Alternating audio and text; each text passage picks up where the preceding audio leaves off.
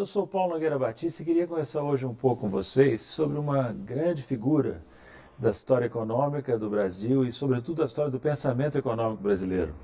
Celso Furtado. No meu entender, é o maior economista brasileiro. Quem poderia rivalizar com ele? Talvez Mário Henrique Simonsen. E eu acho que talvez fosse interessante comparar Celso Furtado a Mário Henrique Simonsen. Quando eu morei na China, eu fiz um esforço, não muito bem sucedido, de entender a filosofia antiga chinesa, mas desse esforço eu retive um princípio taoísta que me parece interessante. Os conceitos só existem como contrastes. É pelo contraste que se conhecem as coisas, os conceitos, as pessoas. Por isso eu escolho fazer o contraste hoje entre Celso Furtado e Mário Henrique Simonsen. A primeira grande diferença, o primeiro grande contraste, é na formação desses dois grandes economistas. Furtado estudou, ensinou na Europa, na França, e passou também por Cambridge, na Inglaterra, onde teve contato com os keynesianos, com a primeira geração de keynesianos, Caldor e John Robinson, por exemplo. Ao passo que Mário Henrique Simonsen, embora nunca tenha estudado fora do Brasil, representava a tentativa de aplicar no Brasil a economia tal como ensinada e praticada nos Estados Unidos. Então, Furtado praticava economia política, political economy, ao passo que Simonsen praticava economics, economia. Né? E Furtado costumava dizer, consistentemente com sua abordagem geral, que nunca havia sido apresentado a um problema econômico que não fosse ao mesmo tempo um problema político. Né? Furtado e Simonsen, ao adotarem essas abordagens tão diferentes, traziam também importantes diferenças metodológicas. Por exemplo, na obra de Furtado quase não se encontra matemática. Eu, pelo menos, não me lembro de nenhuma equação, por mísero que fosse, na obra desse grande economista. Já Simonsen se destacava pela aplicação de modelos econômicos e pelo ensino da econometria, seguindo nesse ponto a tradição das universidades americanas. Né?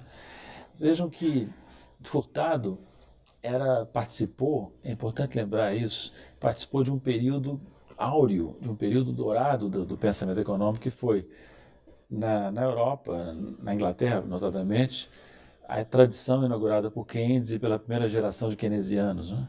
E na América Latina, por Prebisch, o grande economista argentino keynesiano que muito influenciou o Celso Furtado. Uma vez, há muito tempo atrás, quando eu tinha uns 25 anos, eu encontrei com o Celso Furtado num almoço na casa do meu pai, no Rio de Janeiro, e comentei com ele como era grande o contraste entre a economia, a fase da economia na qual o Furtado havia se formado e a fase da economia, do pensamento econômico com a qual nós nos defrontávamos no início dos anos 80, muito mais pobre, muito menos interessante. Como eu insistisse muito no assunto, o Furtado respondeu, comentou com um olhar, com um sorriso irônico: nem todos podem participar de um renascimento. E era disso que o Celso Furtado tinha participado, de um verdadeiro renascimento do pensamento econômico no mundo e, em particular, na América Latina. E ele foi um dos elementos centrais, um dos pensadores centrais desse renascimento. Né? Não só no Brasil, mas também em outros países, sobretudo na América Latina. Mas apesar dessas diferenças de método entre Simonsen e Furtado, havia traços comuns. Entre eles eu destaco um que me parece significativo. Tanto Furtado como Simonsen eram ecléticos, tendiam ao ecletismo e não eram dados a posições extremas. O Mário Henrique, por exemplo, era um pensador, um economista de tradição mais neoclássica, digamos assim, mas nunca foi um partidário do ultraliberalismo defendido por Chicago. Ele incorporava certas influências keynesianas e reconhecia a importância do papel do Estado na economia. Já o Celso Furtado nunca foi marxista.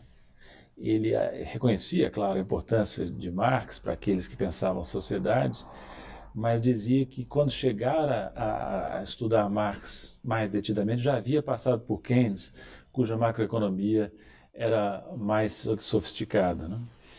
Então, tanto Simonsen como Furtado se situam no vasto campo intermediário entre o ultraliberalismo da Escola de Chicago e o marxismo. Né?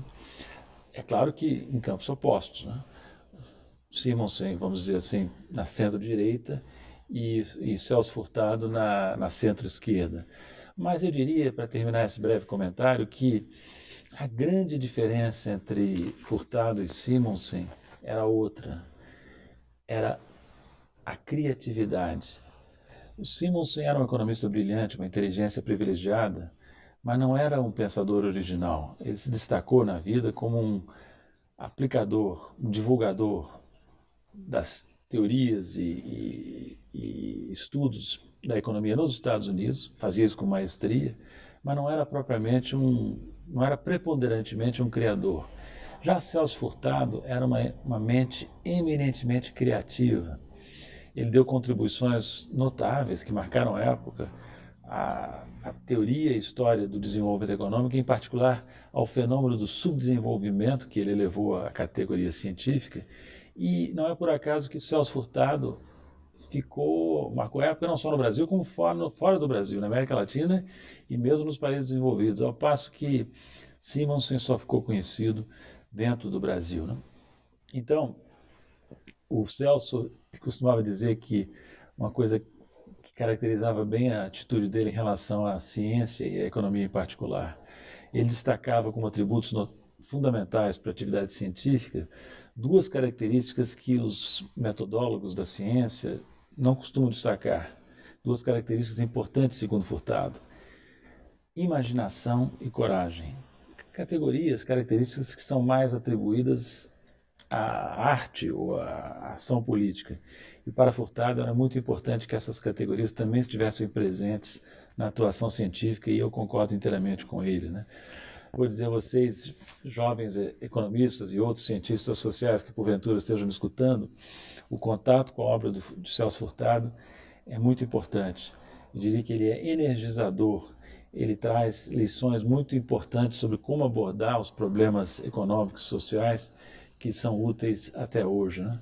Na época em que ele viveu, no início dos anos 90, por exemplo, ele escreveu um livro que falava da construção interrompida do Brasil. É o título de um dos livros dele, publicado em 1992, A Construção Interrompida. Hoje nós enfrentamos um desafio ainda maior. Não se trata apenas de retomar uma construção, trata-se neste momento de interromper a destruição que está em curso, para então poder retomar novamente a construção de uma sociedade desenvolvida, justa e inclusiva, né? E eu acho que Celso Furtado tem uma contribuição muito importante para nos estimular nessa direção. Quem quiser saber um pouco mais sobre Celso Furtado, a comparação com Marek Simonsen, eu sugiro que entrem na minha página na internet, www.nogueirabatista.com.br, onde eu publiquei um artigo, onde eu postei um artigo em que esse tema é desenvolvido um pouco mais.